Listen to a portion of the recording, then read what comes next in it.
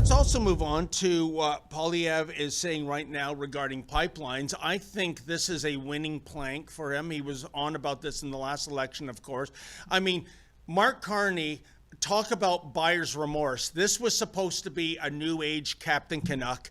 This was him wrapped in the flag. He was going to go after the big orange man. You need an experienced banker. Remember, elbows up, which, by the way, guys, is the most stupid phrase I've ever heard, because that's a penalty in hockey. You can't go into the boards elbows up. You're going to be in the sin bin. And yet, if Carney wanted to do something in his power to get Canada rolling again, he could repeal Bill C-69, the anti-pipeline legislation, and I think it's Bill C-48 that would allow BC to export liquefied natural gas and oil.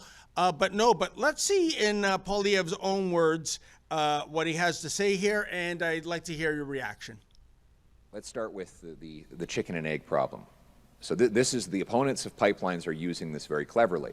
They're saying, well, we can't change the rules to allow a pipeline because there's no pipeline proposed. That's because the rules don't allow pipelines to get built. So you have, for example, C-69 that, according to the Pipeline Association, means you'll never get one approved. Then you have the energy cap, which means that Alberta will never be able to produce enough oil to put in a new pipeline. And then you have the shipping ban that prevents that oil from going anywhere.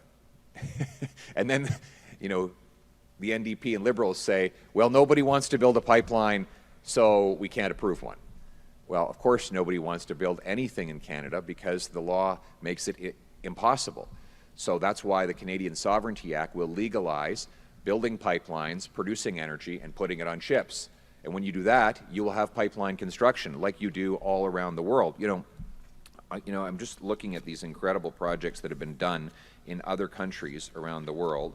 You've got the Eemshaven LNG terminal in the Netherlands. It went from plan to completion in 6 months.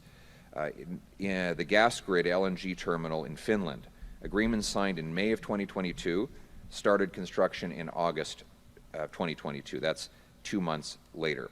The Wilhelmshaven, Germany project that was announced, this is an import terminal for LNG, announced in March 2022, completed in December 2022. This is how things get done everywhere else in the world. Here in Canada, nothing gets done because Liberals ban things from getting done. We're proposing to legalize fast energy production, construction, and exportation, and that is why we need this bill. So we can do it. Let's get rid of this chicken and egg distraction that the Liberals have imposed. As for Mr. Eby opposing him, with the greatest respect, I have nothing against him personally.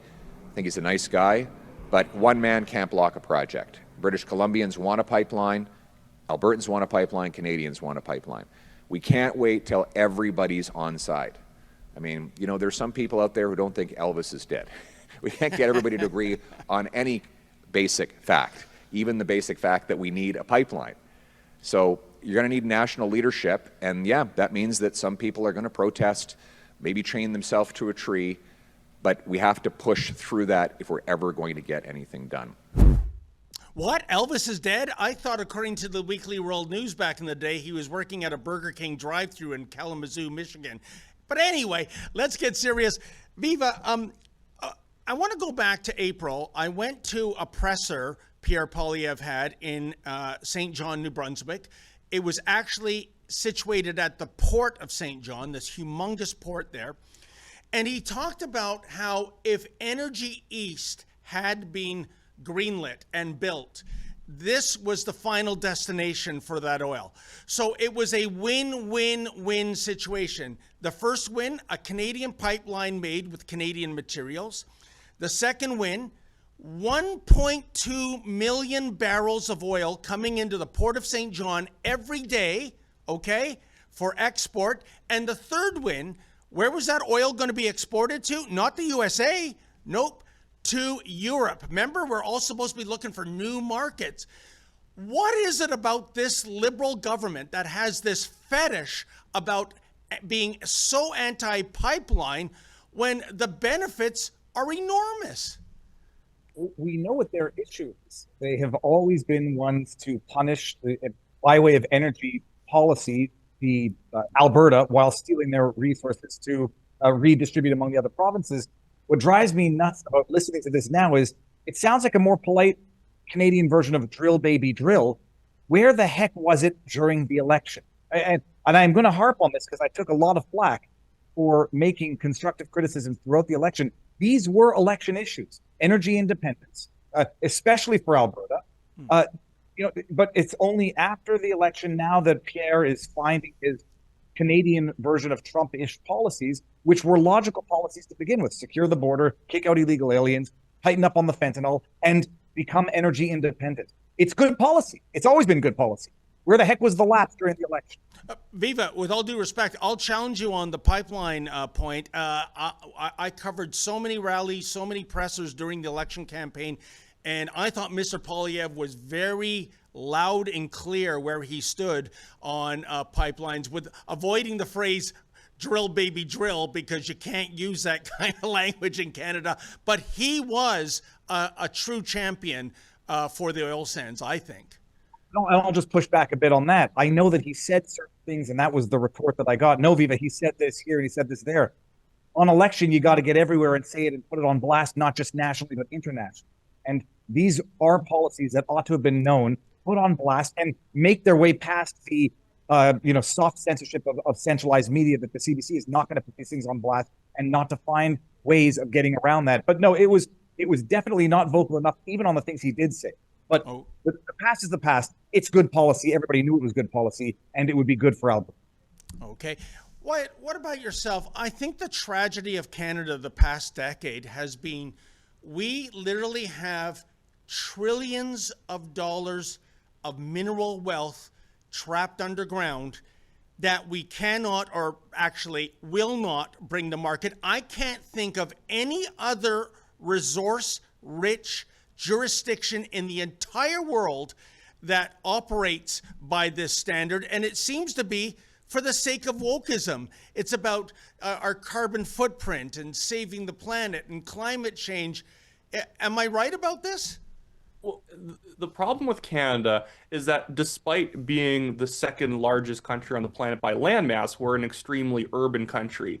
And you start to have that mentality develop that, food comes from the grocery store, that, we don't, it's not the oil and gas industry that is generating the economic prosperity for the country. It's people working in office buildings in downtown Toronto, which they're probably doing good work, but that work does not actually exist if we are not pulling things out of the ground, growing things, or manufacturing. But people can very easily divorce themselves from economic realities, and then they wonder why the economy's slowing down after they keep voting for politicians who end up holding up natural resource development. A couple of things on what Poilievre and the Conservatives are doing. One, I just want to take it from the perspective of what Carney's doing and then what the Conservatives are doing. I'll actually start with the Conservatives.